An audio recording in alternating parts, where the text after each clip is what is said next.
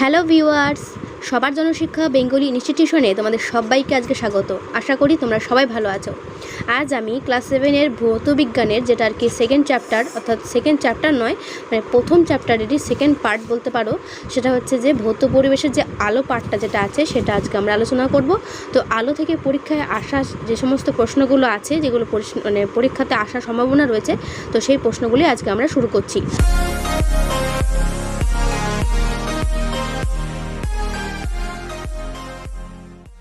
তো চলো প্রশ্নগুলো আমরা শুরু করছি।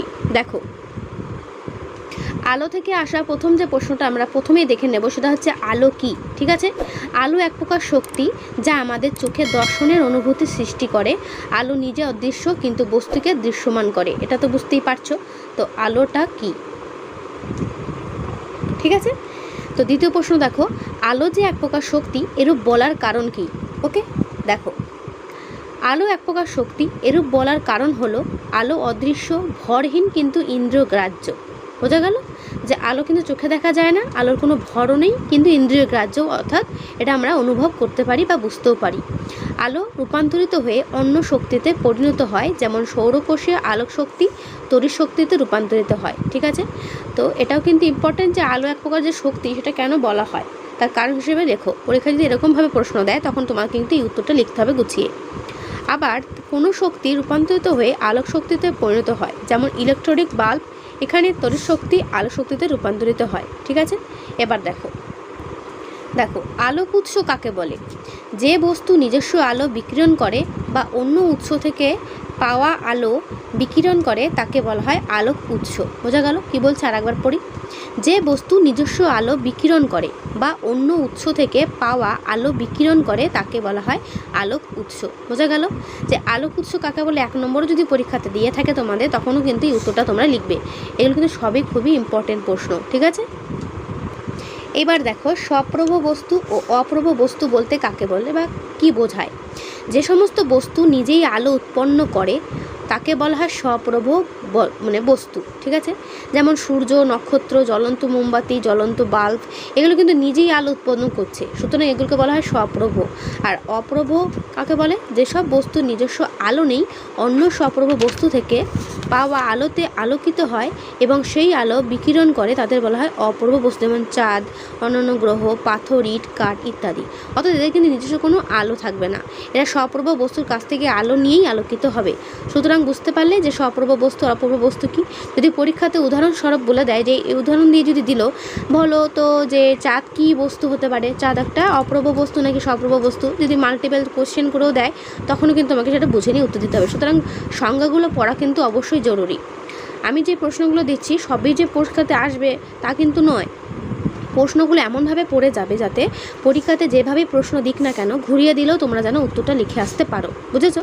সেই জন্য তোমরা কি করবে, এই সংজ্ঞাগুলোকে ভালো করে জোর দিয়ে পড়বে, তারপর বাকি প্রশ্নগুলো দেখবে। ঠিক আছে, তারপর দেখো, আচ্ছা, পড়াতে একটা কথা বলি, তোমরা যারা এখন আমার এই ভিডিওটা ফলো করছো তাদেরকে আমি রিকোয়েস্ট করব, ভিডিওটা প্লিজ স্কিপ করে দেখবে না। কারণ স্কিপ করে দেখলে কি হবে, আমি যে কথাগুলো তোমাদেরকে বলে দেব সেই কথাগুলো তোমরা শুনতে পারবে না, ফলে কি হবে, অনেক কিছু থেকে তোমরা দূরে থাকবে। তো সেই জন্য কি বলবো, প্রত্যেকটা ভিডিওটা যতটা পরিমাণ দেওয়া থাকবে তোমরা একটু পুরোটাই দেখবে। ঠিক আছে, তাহলে কি হবে, আমি যে সমস্ত ইম্পর্টেন্ট কথাগুলো বলবো সেগুলো তোমাদের অনেক হেল্পফুল হবে আশা রাখছি। তো দেখো, শুরু করছি। দেখো, এরপর যেটা আমরা দেখব, বিন্দু উৎস এবং বিস্তৃত উৎস কাকে বলে। ঠিক আছে, দেখো, বিন্দু আলোক উৎস, যে আলোক উৎসকে জ্যামিতিক বিন্দু হিসেবে ধরা যায় তাকে বিন্দু আলোক উৎস বলে। ঠিক আছে, উদাহরণ দেখো, জ্বলন্ত মোমবাতির সামনে সরু ছিদ্র করা কার্ডবোর্ড যদি রাখো, ওই ছিদ্র দিয়ে যখন আলো বেরিয়ে আসছে তখন ওই ছিদ্রটি বিন্দু আলোক উৎস হিসেবে কাজ করে। এছাড়া লেজার টর্চকে কিন্তু বিন্দু আলোক উৎস বলা যেতে পারে।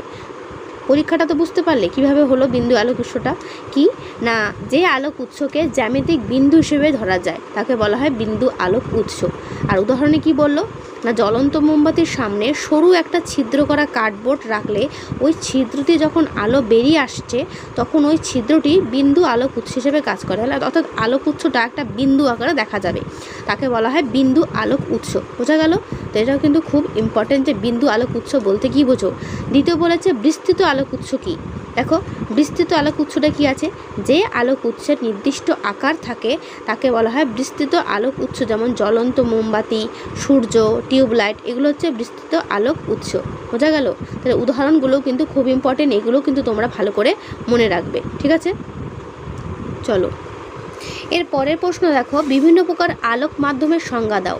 বিভিন্ন আলোক মাধ্যম আমরা দেখতে পেয়েছি, বইয়ে আছে। তো সেই আলোক মাধ্যমগুলোর সংজ্ঞা অনুসারে তোমাদের পরীক্ষায় দিয়ে দিতে পারে। তো সেই সংজ্ঞাগুলো তোমরা ভালো করে পড়ে নেবে। দেখো, প্রথম যে মাধ্যমটা বলা আছে সেটা হচ্ছে সমসত্ব আলোক মাধ্যম। ঠিক আছে, সমসত্ব আলোক মাধ্যম জিনিসটা কি? দেখো, যে মাধ্যমে আলোর গতিবেগ সব দিকে সমান তাকে সমসত্ব আলোক মাধ্যম বলে। বোঝা গেল না? যে মাধ্যমে আলোর গতিবেগ সব দিকে সমান হয় তাকে বলে সমসত্ব আলোক মাধ্যম। যেমন বায়ু, কাঁচ, জল ইত্যাদি। অর্থাৎ এই সমস্ত মাধ্যমের আলোর গতিবেগ সব দিকে সমান থাকে। ঠিক আছে, তাকে বলা হয় সমসত্ব আলোক মাধ্যম।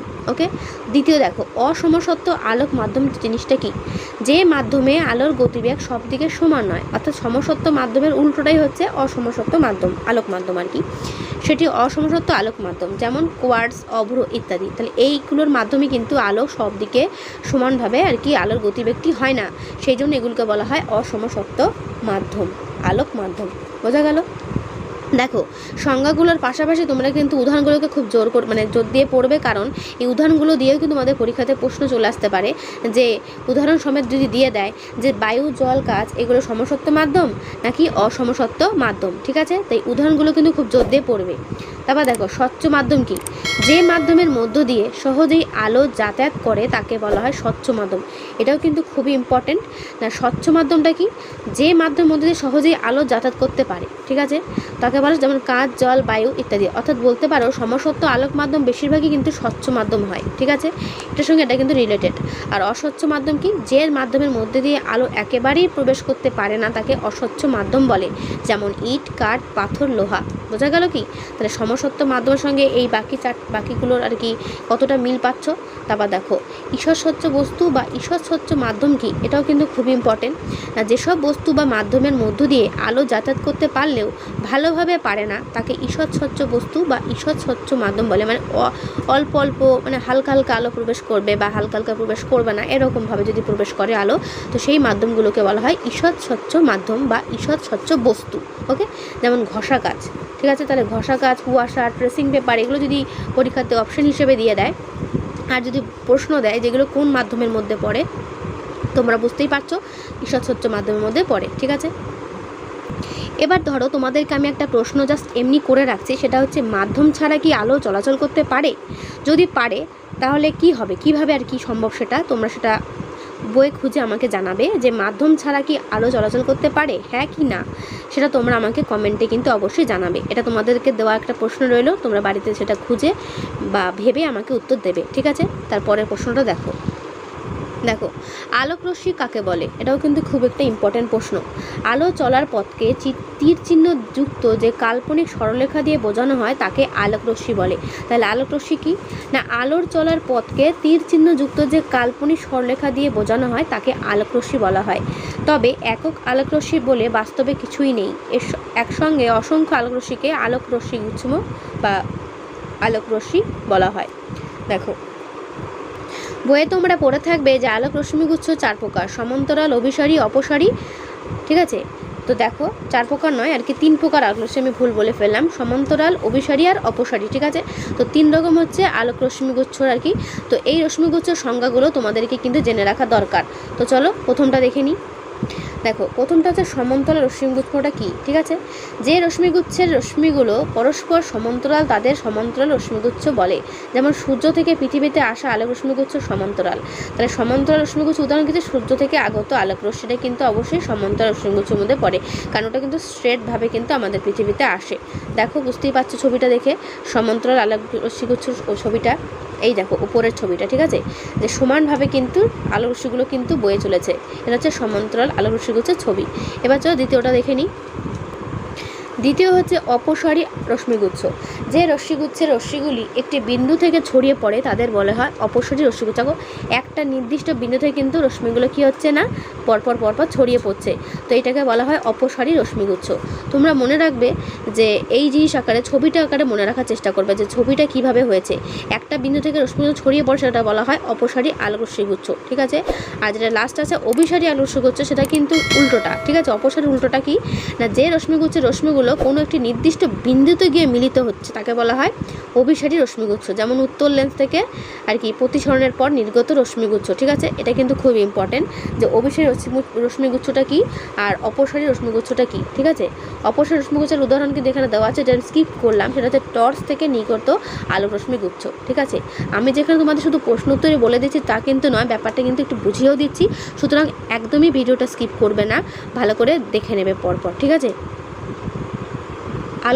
আলো যে তোমাদের অধ্যায়টা আজকে আমি তোমাদের দেখাচ্ছি, আলো কিন্তু খুবই ইম্পর্টেন্ট। এরপরে যখন তোমরা মাধ্যমিক দেবে বা উঁচু ক্লাসে উঠবে তখন কিন্তু আলো চ্যাপ্টারটা আরও ডিটেলস তোমরা পাবে, সেখানে দেখবে এই সমস্ত পড়াগুলোই আরও ডিটেলস দেওয়া রয়েছে। তখন তোমরা এইগুলো যদি ভালো করে বুঝে নিতে পারো তাহলে দেখবে তখন আর পড়তে কোনো অসুবিধা হবে না। সুতরাং পরীক্ষার জন্যই যে পড়তে হবে সেটা কোনো মানে নেই, তোমরা বাড়িতে নিজেদের আর কি সেলফ স্টাডি বা নিজেদের আরও জ্ঞান বাড়ানোর জন্য কিন্তু তোমরা এটা ভালো করে পড়ে রাখতে পারো, কারণ উঁচু ক্লাস যত উঠবে তত দেখবে পড়ার বিস্তারিত জিনিসটা বাড়বে। সুতরাং এগুলো কিন্তু খুবই ইম্পর্টেন্ট তোমাদের আর কি ভবিষ্যতের জন্য। তো দেখো ছায়া কাকে বলে, বলছে আলোক উৎসের সামনে কোনো অস্বচ্ছ বস্তু রাখলে আলোক উৎসের বিপরীত দিকে যে অন্ধকার স্থানের সৃষ্টি হয় তাকে বলা হয় ওই বস্তুর ছায়া। তো ছায়া জিনিসটা কি তোমরা সবাই জানো, কারণ আমরা সবাই জানি ছায়া জিনিসটা কি না, আলোক উৎসের সামনে কোনো অস্বচ্ছ বস্তু রাখলে, অস্বচ্ছ বস্তু মানে যার মধ্যে দিয়ে কোনো আলো চলাচল করতে পারে না, তখন কি হয়, আলোক উৎসের বিপরীত দিকে যে অন্ধকার স্থানের সৃষ্টি হয় তাকে বলা হয় ওই বস্তুর ছায়া, ঠিক আছে। তারপরে দেখো পরের প্রশ্ন হচ্ছে প্রচ্ছায়া ও উপচ্ছায়া জিনিসটা কি, বলছে আলোক উৎস বিন্দু আকৃতি না হয়ে যদি বড় আকারের হয় তবে বস্তুর পেছনে যে ছায়া পড়ে তার মাঝখানে একটি গাঢ় অন্ধকার স্থান থাকে, তাকে প্রচ্ছায়া বলা হয়। ঠিক ছবিটা দেখতে পাচ্ছ, এটা হচ্ছে উপচ্ছায়া, এটা হচ্ছে প্রচ্ছায়া। আর উপচ্ছায়াটা কি, প্রচ্ছায়ার চারিপাশে অপেক্ষাকৃত কম অন্ধকারযুক্ত স্থানে যে আর কি অন্ধকারযুক্ত স্থান থাকে তাকে বলা হয় উপচ্ছায়া।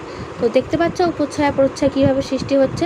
তো মোমবাতির আলোটা দেখো কীভাবে একটা ছায়ায় পড়েছে, তো সেখানে প্রচ্ছায়া উপচ্ছায়া সৃষ্টি হচ্ছে কীভাবে, তোমরা ছবিটা ভালো করে দেখে নেবে। আর একটা জিনিস বলি, তোমরা যদি পরীক্ষাতে বড় প্রশ্ন যদি কখনো দিয়ে দেয় প্রচ্ছায়া উপচ্ছায়া সম্পর্কে লেখো বা চিত্রাকারে বোঝাও, তখন তোমরা যদি পারো ছবিটা এঁকে দেখাবে, নাম্বারও তোমরা বেশি পাবে, ঠিক আছে। তাহলে প্রচ্ছায়া কি বুঝতে পারলে। এবার দেখো এবার হচ্ছে সূচিছিদ্র ক্যামেরা যে সমস্ত প্রশ্ন হতে পারে এই আলো চ্যাপ্টার থেকে সেগুলো দেখে নাও। দেখো সূচিছিদ্র ক্যামেরায় গঠিত প্রতিচ্ছবির বৈশিষ্ট্যগুলি লেখো, বলছে সূচিছিদ্র ক্যামেরায় গঠিত প্রতিচ্ছবির বৈশিষ্ট্যগুলি হলো 1 বস্তুর প্রতিচ্ছবি উল্টো বা অবশিষ্ট হবে, ঠিক আছে। 2 ছিদ্র বড় হলে ছবি অস্পষ্ট হবে কারণ অসংখ্য প্রতিকৃতি একে অপরের উপর পড়বে। 3 সূচিছিদ্র থেকে বস্তুর দূরত্ব ঠিক রেখে বস্তুর দৈর্ঘ্য বাড়ালে প্রতিচ্ছবিও বড় হবে, ঠিক আছে। 4 ছিদ্র থেকে বস্তুর দূরত্ব বাড়ালে প্রতিকৃতি ছোট হবে। 5 ছিদ্র থেকে ঘষা কাজে দূরত্ব বাড়ালে প্রতিকৃতি বড় হবে। এখানে বস্তুর প্রতিকৃতি তৈরি হয় কিন্তু প্রতিবিম্ব তৈরি হয় না, বোঝা গেল। এটা কিন্তু খুব ইম্পর্টেন্ট প্রশ্ন যে সূচিছিদ্র ক্যামেরায় গঠিত প্রতিচ্ছবির বৈশিষ্ট্যগুলো কী কী, ঠিক আছে। এটা যদি ভালো করে পড়ে নাও আশা করি তোমরা পরীক্ষাতে এটা কমন পেয়ে যাবে, ঠিক আছে। তারপরে দেখো এর পরের প্রশ্ন হচ্ছে আলোর প্রতিফলন কাকে বলে। ট্রিপল স্টার মানে করে রাখতে পারো, কারণ এটা কিন্তু খুবই ইম্পর্টেন্ট। আলোর প্রতিফলন জিনিসটা কি, আলো যখন এক স্বচ্ছ মাধ্যম দিয়ে যেতে যেতে অন্য কোনো মাধ্যমে আপতিত হয় তখন ওই আলোর কিছু অংশ ওই দুটি মাধ্যমের বিভেদতল থেকে দিক পরিবর্তন করে আবার প্রথম মাধ্যমে ফিরে আসে, ওই ঘটনাকে বলা হয় আলোর প্রতিফলন, বোঝা গেল।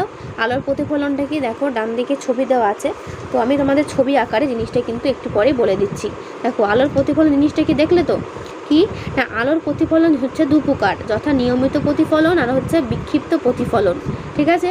এবার দেখো এইটুকু তোমরা পড়বে তাহলেই হবে যে আলোর প্রতিফলনের সংজ্ঞাটা এই পর্যন্ত তোমরা পড়বে।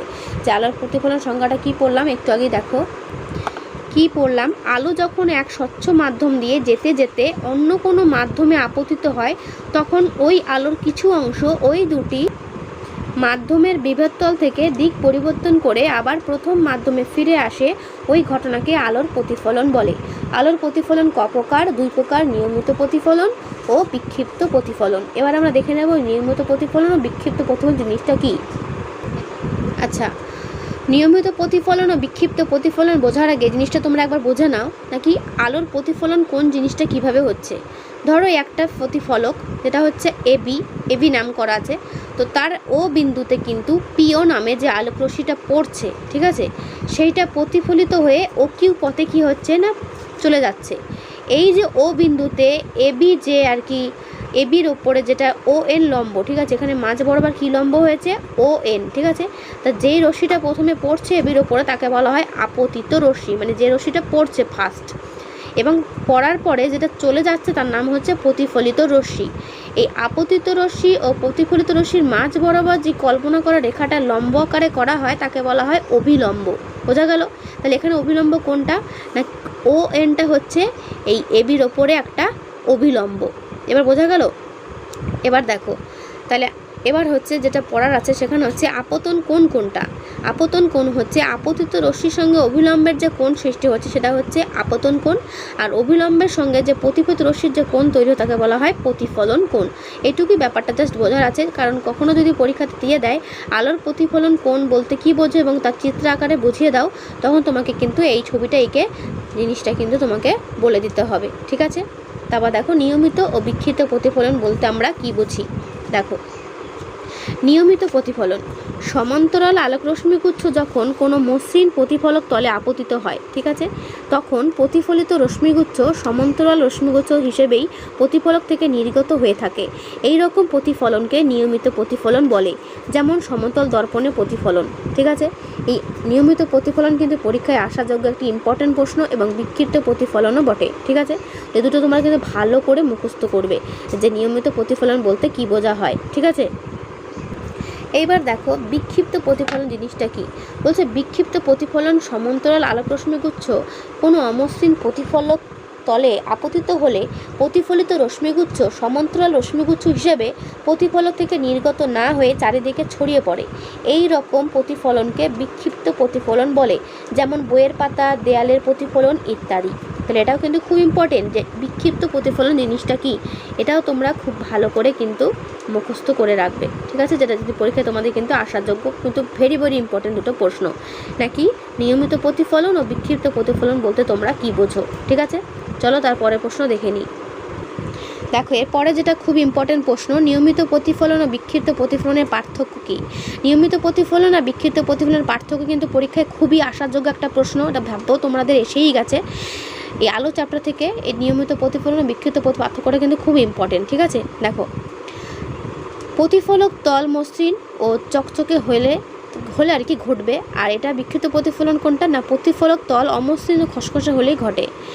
2, বস্তুর প্রতিবিম্ব সৃষ্টি হয়, মানে এখানে নিয়মিত প্রতিফলনে বস্তুর প্রতিবিম্ব তৈরি হবে, আর বিক্ষিপ্ত প্রতিফলনে অর্থাৎ বস্তুর কোনো প্রতিবিম্ব সৃষ্টি হয় না। 3 নম্বর দেখো, প্রতিফলিত রশ্মিগুলো একটি নির্দিষ্ট দিকে চলে যায়, আর বিক্ষিপ্ত প্রতিফলনে কিন্তু প্রতিফলিত রশ্মিগুলো বিভিন্ন দিকে ছড়িয়ে পড়ে, ঠিক আছে।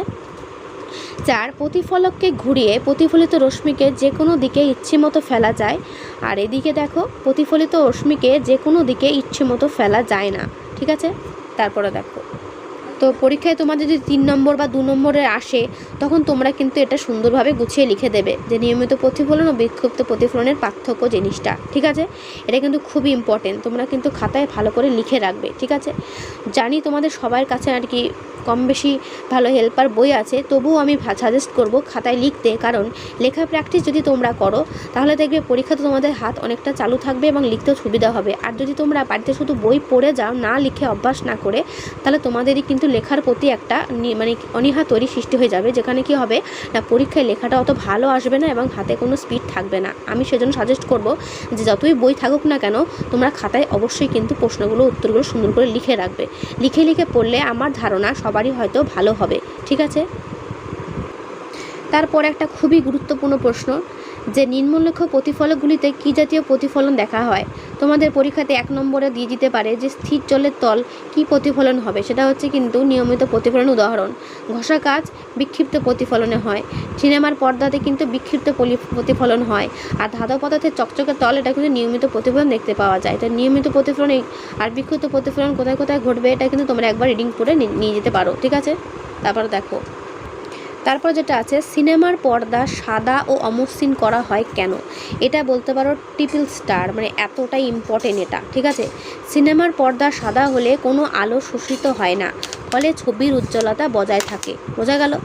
তারপর দেখো, আবার পর্দা অমসৃণ হলে বিক্ষিপ্ত প্রতিফলনের দরুন প্রতিফলিত রশ্মি সব দিকে ছড়িয়ে পড়ে, সেই জন্য হলের মধ্যে বসে থাকা সমস্ত দর্শক ছবিটা কি করতে পায় না, দেখতে পায়। এটা কিন্তু খুব ইম্পর্টেন্ট। সিনেমার পর্দা সাদা ও অমসৃণ করা হয় না। এবার তোমরা যদি তোমাদের একটা প্রশ্ন করার এলো, যদি সিনেমার পর্দা কালো হতো তাহলে কি হতো, ঠিক আছে, তোমরা উত্তর করে অবশ্যই আমাকে জানাবে। তারপরে দেখো, এবার হচ্ছে আলোর প্রতিসরণ।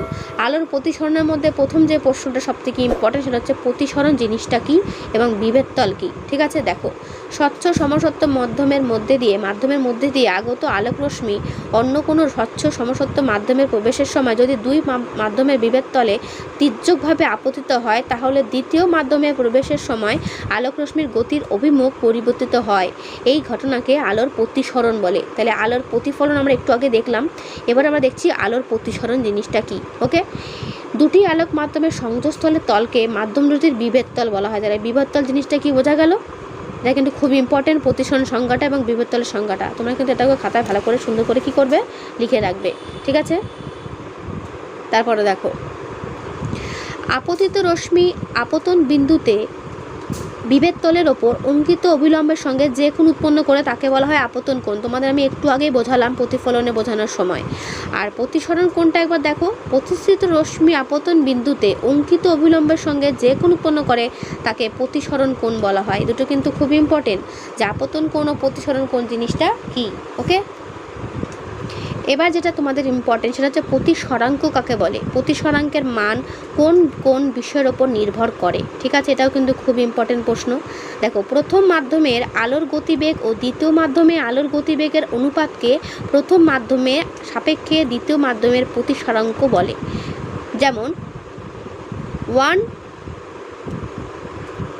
তারপরের প্রশ্ন দেখো, প্রতিফলন ও প্রতিসরণের মধ্যে পার্থক্য কী। একটু আগে দেখলাম প্রতিসরণ কি, তারপর দেখলাম প্রতিসরণ কি। তো এই দুটোর মধ্যে পার্থক্য কিন্তু পরীক্ষায় চলে আসতে পারে, তো তোমরা সেটা ভালো করে পড়ে রাখবে। দেখো, প্রতিফলন, আলোক রশ্মি এক মাধ্যম থেকে গিয়ে অন্য মাধ্যমে প্রবেশের আগে দুই মাধ্যমের বিভেদ তল থেকে পুনরায় প্রথম মাধ্যমে ফিরে আসার ঘটনাকে বলা হয় প্রতিফলন। বারবার করে বলছি, প্রতিফলনের সংজ্ঞাটা ভালো করে পড়বে। এবং প্রতিসরণটা দেখো, আলোক রশ্মির এক মাধ্যম থেকে গিয়ে অন্য মাধ্যমের প্রবেশের সময় দুই মাধ্যমের বিভেদ তল থেকে সামান্য দিক পরিবর্তন করে দ্বিতীয় মাধ্যমের প্রবেশের ঘটনাকে বলা হয় প্রতিসরণ। তো দেখতে পাচ্ছ সংজ্ঞার মধ্যেই কিন্তু পার্থক্যগুলো লুকিয়ে রয়েছে নাকি। প্রতিফলন কিন্তু পুনরায় প্রথম মাধ্যমে ফিরে আসে, আর প্রতিসরণ কিন্তু দ্বিতীয় মাধ্যমে প্রবেশের ঘটনায় কিন্তু প্রতিসরণ, অর্থাৎ দ্বিতীয় মাধ্যমে কিন্তু প্রতিসরণ ফিরে আসে, ঠিক আছে। তো দেখো এর পরের পার্থক্য কী আছে। দেখো, প্রতিফলন আর প্রতিসরণ, আপতন কোণ এবং প্রতিফলন কোণের মান এখানে সমান থাকে প্রতিফলনের ক্ষেত্রে, আর প্রতিসরণের ক্ষেত্রে আপতন কোণ ও প্রতিসরণ কোণের মান সমান থাকে না। প্রতিফলনের সময় আলোক রশ্মির বেগের পরিবর্তন হয় না, প্রতিসরণের সময় আলো রশ্মির বেগের কিন্তু পরিবর্তন হয়। এটাই হচ্ছে আলোক আর কি প্রতিফলন ও প্রতিসরণের পার্থক্য, ঠিক আছে। এবার দেখো, সদ্বিম্ব ও অসদ্বিম্ব জিনিসটা কি, এ কাকে বলে। কোনো বিন্দু উৎস থেকে আগত আলোক রশ্মি গুচ্ছ প্রতিফলিত বা প্রতিষ্ঠিত হয়ে যদি অন্য কোনো বিন্দুতে মিলিত হয়, তবে ওই দ্বিতীয় বিন্দুকে প্রথম বিন্দুর সদ্বিম্ব বলে। তাই সদ্বিম্ব জিনিসটা কি, বোঝা গেল। এবার হচ্ছে অসদ্বিম্ব জিনিসটা কি। দেখো, কোনো বিন্দু উৎস থেকে আগত আলোক রশ্মি গুচ্ছ প্রতিফলিত বা প্রতিষ্ঠিত হয়ে যদি অন্য কোনো বিন্দু থেকে অপসৃত হচ্ছে বলে মনে হয়, তবে ওই দ্বিতীয় বিন্দুকে প্রথম বিন্দুর উৎসের অসদ্বিম্ব বলা হয়। তাহলে সদ্বিম্ব অসদ্বিম্ব জিনিসটা কি, কাকে বলে, এটাও তোমরা ভালো করে পড়ে রাখবে, পরীক্ষায় কিন্তু আসার যোগ্য একটা ইম্পর্টেন্ট প্রশ্ন, ঠিক আছে। তারপর দেখো, তারপরের প্রশ্ন দেখো, সদ্বিম্ব ও অসদ্বিম্বর মধ্যে পার্থক্যটা কি? পার্থক্য তোমাদের কিন্তু পরীক্ষাতে একটা হলেও আসবে কি দুটো হলেও আসবে, হয়তো অপশান দিতে হবে বা অথবা দিয়ে থাকবে এটা হয়তো বা ওটা, কিন্তু পার্থক্য কিন্তু একটা আসছেই ভৌত বিজ্ঞানে, ঠিক আছে? তো পার্থক্যগুলো তোমরা কিন্তু স্কিপ করবে না, অবশ্যই পার্থক্যগুলো ভালো করে পড়ে যাবে। সদ্বিম্ব অসদ্বিম্বর সংজ্ঞাটা পড়লেই তো প্রথম পার্থক্য বুঝে যাচ্ছ না। আগত রশ্মিগুচ্ছ প্রতিফলিত বা প্রতিষ্ঠিত হয়ে অন্য কোনো বিন্দুতে মিলিত হয়েছে সদ্বিম্বর ক্ষেত্রে, আর অসদ্বিম্বর ক্ষেত্রে দেখো আগত রশ্মিগুচ্ছ প্রতিফলিত বা প্রতিষ্ঠিত হয়ে অন্য কোনো বিন্দু থেকে অপসৃত হচ্ছে বলে মনে হবে, ঠিক আছে? তারপরে দেখো, সদ্বিম্বকে চোখে দেখা যায় ও পর্দায় ফেলা যায়, ঠিক আছে? আর অসদ্বিম্বকে চোখে দেখা গেলেও পর্দায় কিন্তু ফেলা যায় না, ওকে? তারপরে দেখো লেন্স বা দর্পণ দ্বারা গঠিত সদ্বিম্বের বস্তুর সাপেক্ষে উল্টো হয়, আর লেন্স বা দর্পণ দ্বারা গঠিত অসদ্বিম্ব বস্তুর সাপেক্ষে কিন্তু সোজা হয়, ঠিক আছে? তাহলে এই দেখে নিলে তোমরা সদ্বিম্ব ও অসদ্বিম্বের মধ্যে পার্থক্যটা, ওকে? এবার হচ্ছে বর্ণালী থেকে বিচ্ছুরণ কাকে বলে? বর্ণালীর প্রথম প্রশ্ন বিচ্ছুরণ, ঠিক আছে? তো দেখো, প্রিজম বা কোনো স্বচ্ছ প্রতিসারক মাধ্যমের মধ্যে দিয়ে যাওয়ার সময় সাদা বা বহুবর্ণী আলো যথাক্রমে 7টি বর্ণে বা উপাদান বর্ণে বিশ্লিষ্ট হওয়ার ঘটনাকে বলা হয় বিচ্ছুরণ। আবার পড়ছি, প্রিজম বা কোনো স্বচ্ছ প্রতিসারক মাধ্যমের মধ্য দিয়ে যাওয়ার সময় সাদা বা বহুবর্ণী আলোর যথাক্রমে 7টি বর্ণে বা উপাদান বর্ণে বিশ্লিষ্ট হওয়ার ঘটনাকে বিচ্ছুরণ বলে। বোঝা গেল? তাহলে বিচ্ছুরণ জিনিসটা কি? এবার দেখো পরের প্রশ্ন, বর্ণালী কাকে বলে? প্রিজম বা কোনো প্রতিসারক মাধ্যমের মধ্যে দিয়ে যাওয়ার সময় সাদা বা বহুবর্ণী আলোর যথাক্রমে 7টি বর্ণে বা উপাদান বর্ণে বিশ্লিষ্ট হওয়ার ফলে যে আলোকসজ্জা গঠিত হয় তাকে বর্ণালী বলে। বোঝা গেল? তাহলে বর্ণালী কি? বর্ণালী দু প্রকারের হয়, শুদ্ধ বর্ণালী ও অশুদ্ধ বর্ণালী, ঠিক আছে? দেখো এর পরের প্রশ্ন যেটা খুবই ইম্পর্টেন্ট, সেটা হচ্ছে শুদ্ধ বর্ণালী ও অশুদ্ধ বর্ণালী কাকে বলে? যে বর্ণালীতে প্রতিটি বর্ণ স্পষ্ট ও পৃথকভাবে সাজানো থাকে তাকে শুদ্ধ বর্ণালী বলে, আর যে বর্ণালীতে প্রতিটি বর্ণ স্পষ্ট ও পৃথকভাবে সাজানো থাকে না তাকে অশুদ্ধ বর্ণালী বলা হয়। বোঝা গেল? এরপরে যেটা তোমাদেরকে আমি বোঝাবো সেটা হচ্ছে শুদ্ধ বর্ণালী অশুদ্ধ বর্ণালীর মধ্যে পার্থক্য কী, এটাও কিন্তু খুব ইম্পর্টেন্ট। বলছে এক্ষেত্রে বিভিন্ন বর্ণগুলিকে স্পষ্ট ও পৃথকভাবে দেখা হয় বা দেখা যায়, আর অশুদ্ধ বর্ণালীতে দেখো এক্ষেত্রে বিভিন্ন বর্ণগুলিকে স্পষ্ট ও পৃথকভাবে দেখা যায় না, ঠিক আছে? একবর্ণী আলোর বর্ণগুলো ক্রমানুসারে সাজানো থাকে হচ্ছে শুদ্ধ বর্ণালীতে, আর অশুদ্ধ বর্ণালীতে দেখো একবর্ণী একবর্ণী আলোর বর্ণগুলি বর্ণের ক্রমানুসারে সাজানো কিন্তু থাকে না। শুদ্ধ বর্ণালীতে গঠনের জন্য প্রিজম ও উত্তর লেন্স ব্যবহার করা হয়, এটা কিন্তু খুব ইম্পর্টেন্ট যে শুদ্ধ বর্ণালীতে আমরা কি ব্যবহার করে থাকি, আর অশুদ্ধ বর্ণালী গঠনের জন্য প্রিজমের প্রয়োজন কিন্তু হয়, ঠিক আছে? তাহলে এই হলো গিয়ে শুদ্ধ বর্ণালী ও অশুদ্ধ বর্ণালীর পার্থক্য, ওকে? এবার দেখো সূর্যের আলো বা সাদা আলো কী কী বর্ণ আছে তারা গঠিত হয়, বা সাদা আলোতে কী কী বর্ণ থাকে? সূর্যের আলো বা সাদা আলোর মধ্যে থাকা 7টি যে রং সেটা হচ্ছে বেগুনি, নীল, আকাশি, সবুজ, ইয়েলো, হলুদ, কমলা, লাল। তোমরা পাশে ইংলিশ টার্মগুলো মনে রাখবে, কারণ কখনো কখনো যদি বলা যায় যে ভিপকয়ার বা VIBGYOR থেকে কাকে কোন রঙগুলোকে বলা হয়, তো তোমরা সাধারণত এই রঙগুলোকে পরপর সাজিয়ে লিখে দেবে, ঠিক আছে? আবার বাংলায় কিন্তু এটাকে বলা হয় বেনিয়া সহকলা, বেনিয়া সহকলা। তো এইটা হিসেবেও তোমরা কিন্তু এই রঙগুলোর নাম পরপর মনে রাখতে পারো। এই রঙগুলোই কিন্তু আমরা রামধনুতে দেখতে পাই, ঠিক আছে? তারপরে দেখো প্রশ্ন, রামধনু কখন দেখতে পাওয়া যায়? রামধনু সৃষ্টি হয় কিভাবে? এটা তো তোমাদের সবাই হয়তো মনের মধ্যে প্রশ্ন হয়। রামধনু তো সবাই কম বেশি বৃষ্টি হওয়ার পরে আমরা দেখতে পাই আকাশে, পরিষ্কার ঝলমলে আকাশে হঠাৎ আমরা রামধনু দেখতে পাই। তো রামধনু কীভাবে সৃষ্টি হয়, এটা তো মনে সবারই প্রশ্ন থাকে। তো আজকে চলো তার উত্তর আমরা জেনে নেব। সাধারণত বৃষ্টি হওয়ার পর বিকেলে আকাশে রামধনু দেখা যায়। আকাশে ভাসমান জলকণার মধ্যে দিয়ে সূর্যের আলো চলে যাওয়ার সময় বিচ্ছুরণের ফলে, অবশ্যই মনে রাখবে কিন্তু, বিচ্ছুরণের ফলে আকাশে 7টি বর্ণের আলোর পটি পাওয়া যায়। যদিও আমরা কেবলমাত্র 4-5টি আলোর বর্ণই দেখতে পাই, একেই বলা হয় রামধনু। রামধনু একটি প্রাকৃতিক অশুদ্ধ বর্ণালী উদাহরণ। তাহলে যদি পরীক্ষা প্রশ্ন আসে রামধনু কোন বর্ণালীতে পড়বে, শুদ্ধ বর্ণালী নাকি অশুদ্ধ বর্ণালী, সেটাও কিন্তু অবশ্যই অশুদ্ধ বর্ণালী উদাহরণ হবে। এটাকে তুমি স্টার দিয়ে রাখতে পারো, ঠিক আছে? ওকে। বর্ণালী থেকে তোমাদের শুদ্ধ বর্ণালী থেকে তোমাদের যে শুদ্ধ বর্ণালী অশুদ্ধ বর্ণালী বিবরণ তোমাদেরকে আমি দিয়ে দিলাম। এবার আমি আলোর অদৃশ্য আলোর ক্ষতিকর প্রভাব থেকে ইম্পর্টেন্ট প্রশ্নগুলো বলে দেবো। তো দেখো, অর্থাৎ আলোটা কিন্তু অনেকটা বড় অধ্যায়, ঠিক আছে। তো আলো থেকে অনেক প্রশ্নই তোমাদের হয়ে গেল। আশা রাখছি যে সমস্ত প্রশ্ন তোমাদেরকে আমি দিলাম সেই সমস্ত প্রশ্নের মধ্যে তোমাদের পরীক্ষায় কিন্তু কমন পেয়ে যাবে।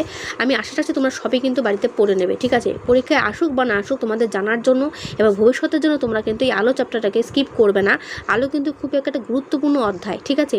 তো যেই কটা প্রশ্ন তোমাদেরকে আমি দাগিয়ে দিলাম বা বুঝিয়ে দিলাম সেই সব কটা প্রশ্ন কিন্তু তোমাদের খাতায় নোট করে রাখবে, সুন্দরভাবে পড়ে তারপর পরীক্ষা কিন্তু লিখে আসবে, ঠিক আছে। তারপর দেখো এরপরে যেটা আছে, অতিবেগুনি রশ্মির ক্ষতিকারক প্রভাবটা কি। আমরা সবাই জানি অতিবেগুনি রশ্মি কিন্তু সূর্য থেকে আগত একটা রশ্মি, যেটা আমাদের খুবই ক্ষতিকারক আমাদের সবার পক্ষে।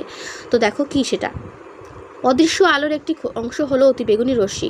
এর শক্তি দৃশ্যমান আলোর চেয়ে অনেক গুণ বেশি, ঠিক আছে না। এটা কিন্তু সূর্য থেকে আগত হয়ে আমাদের পৃথিবীর দিকে ধেয়ে আসে, কিন্তু সেটা আমাদের রক্ষা করে কে, যা ওজোন স্তর। তোমরা ভূগোলে হয়তো পড়েছো যে ভূগোলে যেটা আমাদের বায়ুস্তর যেটা আছে তার মধ্যে যেটা ওজোন স্তর, সেটা কিন্তু আমাদের এই অতিবেগুনি রশ্মি কিন্তু হাত থেকে আমাদেরকে রক্ষা করে, ঠিক আছে।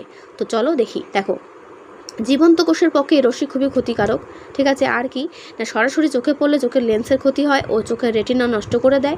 চামড়ায় পড়লে চামড়ার ক্যান্সার হতে পারে, কোষের ডিএনও কিন্তু ক্ষতি করে। এই হচ্ছে অতিবেগুনি রশ্মির আর কি ক্ষতিকারক প্রভাবগুলো, ঠিক আছে।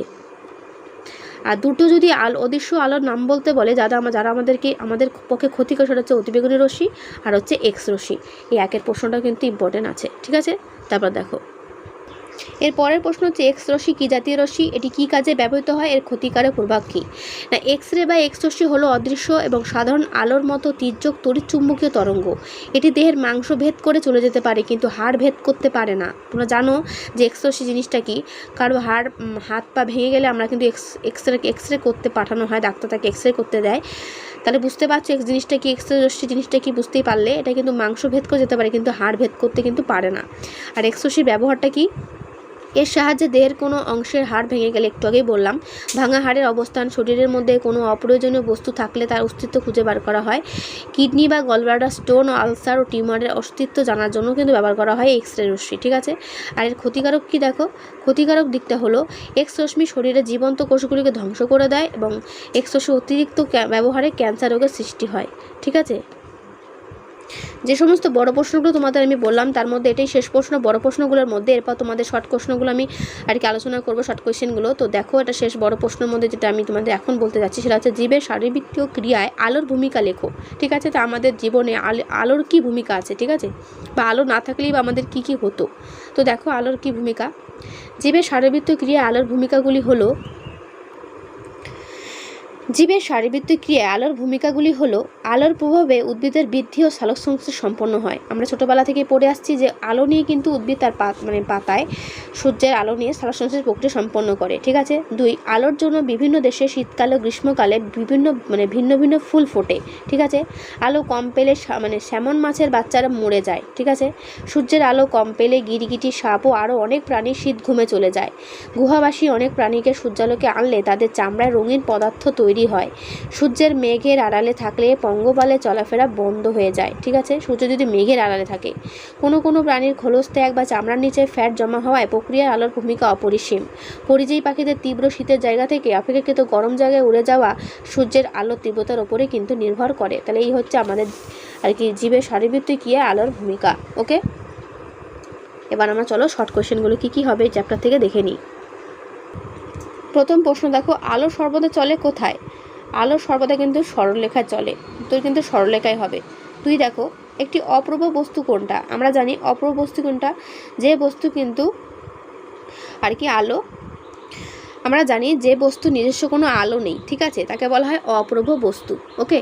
তাহলে অপ্রভ বস্তু জিনিসটা এখানে কোনটা হবে তোমরা বুঝতেই পারছো, সেটা হবে কিন্তু চাঁদ, কারণ বাকিদের সবারই কিন্তু নিজস্ব আলো আমরা আছে জানি, ঠিক আছে। তারপর দেখো শূন্য মাধ্যমে আলোর বেগ, শূন্য মাধ্যমে আলোর বেগ কত না 3 × 10⁸ মিটার পার সেকেন্ড। এটা তোমরা ভালো করে পড়ে রাখবে যে শূন্য মাধ্যমে আলোর বেগ কত। পরীক্ষায় শর্ট কোয়েশ্চেনে বা একটু বড়তেও কিন্তু দিয়ে দিতে পারে শূন্য মাধ্যমে আলোর বেগ কত, এটা মুখস্থ করে নেবে, ঠিক আছে। সেটা হচ্ছে 3 × 10⁸ মিটার পার সেকেন্ড, ওকে। তারপর দেখো শর্ট কোয়েশ্চেন 1 নম্বর যদি লিখিতভাবে আসে যে আলো কীভাবে গমন করে, আলো কিন্তু সরলরেখায় গমন করে সমসত্ব মাধ্যমে, ঠিক আছে। তারপরে প্রশ্ন দেখো যে সমস্ত বস্তু নিজেরা আলো বিকিরণ করে তাদের কি বলে, তাদের কিন্তু সপ্রভ বস্তু বলে। তিনেরটাও কিন্তু ইম্পর্টেন্ট। তারপর দেখো যে সমস্ত বস্তু নিজেরা আলো বিকিরণ করে না তাদের কি বলা হয়, তাদের কিন্তু অপ্রভ বা নিষ্প্রভ বস্তু বলা হয়, ঠিক আছে। দুটি স্বপ্রভ বস্তু উদাহরণ দাও, তাহলে সূর্য ও জোনাকি, ঠিক আছে। তারপরে দেখো যে সকল পদার্থের মধ্য দিয়ে আলো আংশিকভাবে চলাচল করতে পারে তাদের কী বলা হয়, তাদের কিন্তু ঈশ্বরস্বচ্ছ মাধ্যম বলা হয়। দেখেছো শর্ট কোশ্চেনগুলো কীভাবে আসছে, আমি তোমাদের একটু আগেই বললাম বড় প্রশ্নগুলো আলোচনা করার সময় যে সংজ্ঞাগুলো ভালো করে পড়লে এবং তার উদাহরণ ভালো করে পড়লে সেখান থেকে শর্ট কোশ্চেনের পড়াগুলো হয়ে যায়, ঠিক আছে। সেগুলো কিন্তু দুবার করে বা আলাদা করে আর পড়তে হয় না। তাই বড় প্রশ্নগুলো যদি ভালো করে তোমরা খুঁটিয়ে পড়ো, আশা রাখছি সেখান থেকে শর্ট কোশ্চেন তোমরা কমন পেয়ে যাবে, ঠিক আছে। তারপর দেখো যে সকল মাধ্যমের মধ্য দিয়ে আলো চলাচল করতে পারে না তাদের কী বলে, তাদের বলে অস্বচ্ছ মাধ্যম। বোঝা গেল? দেখো সবই কিন্তু সেই সংজ্ঞা থেকেই দেওয়া, ঠিক আছে। তাই সংজ্ঞাগুলো ভালো করে ফোকাস করলে আমি আশা রাখছি তোমরা সমস্ত শর্ট কোশ্চেন এই আলো থেকে অন্তত কমন পেয়ে যাবে, ঠিক আছে। তারপরে দেখো সূর্যের আলোয় সৃষ্ট ছায়ার দৈর্ঘ্য কখন সবথেকে ছোট হয়, সেটা কিন্তু দুপুরে হয়। এটা কিন্তু খুবই ইম্পর্টেন্ট একটা প্রশ্ন যে সূর্যের আলোয় সৃষ্ট ছায়ার দৈর্ঘ্য কখন সবথেকে ছোট হয়, সেটা হচ্ছে দুপুরে, ঠিক আছে। তারপরে দেখো সূচিচিত্র ক্যামেরায় বস্তু কী ধরনের প্রতিক্রিয়া দেখা যায়, সেটা হচ্ছে উল্টো, ঠিক আছে। এটা শর্ট কোশ্চেন খুবই ইম্পর্টেন্ট। দ্বিতীয় দেখো সূচিচিত্র ক্যামেরায় বস্তুর প্রতিকৃতি উল্টো হয় কেন, সেটা হচ্ছে আলো সরলরেখায় চলে তাই, ওকে। তারপরে দেখো সূচিচিত্র ক্যামেরায় বস্তুর প্রতিকৃতির আকার কী করে বাড়ানো যায়, সেটা হচ্ছে বস্তুকে ছিদ্রের কাছে এনে এবং ক্যামেরার দৈর্ঘ্য বাড়িয়ে দিয়ে, ওকে। তারপর দেখো সূচিচিত্র ক্যামেরায় ছিদ্র থেকে বস্তু দূরত্ব বাড়ালে কী হবে না, প্রতিছবির আকার ছোট হবে আস্তে আস্তে, ঠিক আছে। এরপরের প্রশ্ন দেখো ছায়া কত প্রকার ও কী কী, ছায়া হচ্ছে 2 প্রকার, প্রচ্ছায়া এবং উপচ্ছায়া, ঠিক আছে। তারপরে দেখো প্রতিফলন কত প্রকার, 2 প্রকার, আমরা একটু আগে পড়লাম, নিয়মিত প্রতিফলন ও বিক্ষিপ্ত প্রতিফলন, ওকে। তারপর দেখো সমতল দর্পণে কী ধরনের প্রতিফলন ব্যবহার করা হয়, এটাও তোমাদের আমি পড়ানোর সময় বলেছিলাম যে নিয়মিত প্রতিফলন সমতল দর্পণে ব্যবহার করা হয়, ঠিক আছে। বা নিয়মিত প্রতিফলন ফলো করা মানে আর কি হয়, সমতল দর্পণের ক্ষেত্রে কিন্তু নিয়মিত প্রতিফলনটাই হয়। আর বিক্ষিপ্ত প্রতিফলনের ক্ষেত্রে প্রতিফলন কেমন হয়, সেটা হচ্ছে অমসৃণ, ওকে। আজকে তোমার আলো থেকে যে সমস্ত প্রশ্ন তোমাদের আজকে আমি আলোচনা করলাম আর কি, বড় প্রশ্ন থেকে ছোটো করে শুরু করে ছোট প্রশ্ন সমস্ত প্রশ্নই সবই কিন্তু ইম্পর্টেন্ট প্রশ্ন থেকেই তোমাদেরকে দেওয়া হয়েছে। তো তোমরা সেগুলো ভালো করে পড়ে নেবে এবং যেগুলো তোমাদের আর কি নেই সেগুলো তোমরা খাতায় নোট করে রাখবে। আর আমার ভিডিওটা আজকে এই পর্যন্তই। তোমাদের পড়াটা কেমন লাগলো এবং ভিডিওটা কেমন লাগলো অবশ্যই আমাকে কমেন্টে জানাবে। আর ভালো লেগে থাকলে অবশ্যই বলবো বন্ধুদেরকে শেয়ার করতে, লাইক করতে ও কমেন্ট করতে। আর শেষে যেই কথাটা আমি বলবো অবশ্যই আমার চ্যানেলটিকে সাবস্ক্রাইব করে রাখো যারা যারা সাবস্ক্রাইব করে রাখোনি, আর বেল আইকনটি ক্লিক করে রাখবে। আর যারা যারা সাবস্ক্রাইব করে রেখেছো তাদেরকে আমি অসংখ্য ধন্যবাদ জানাচ্ছি। তো তোমরা সবাই ভালো থেকো।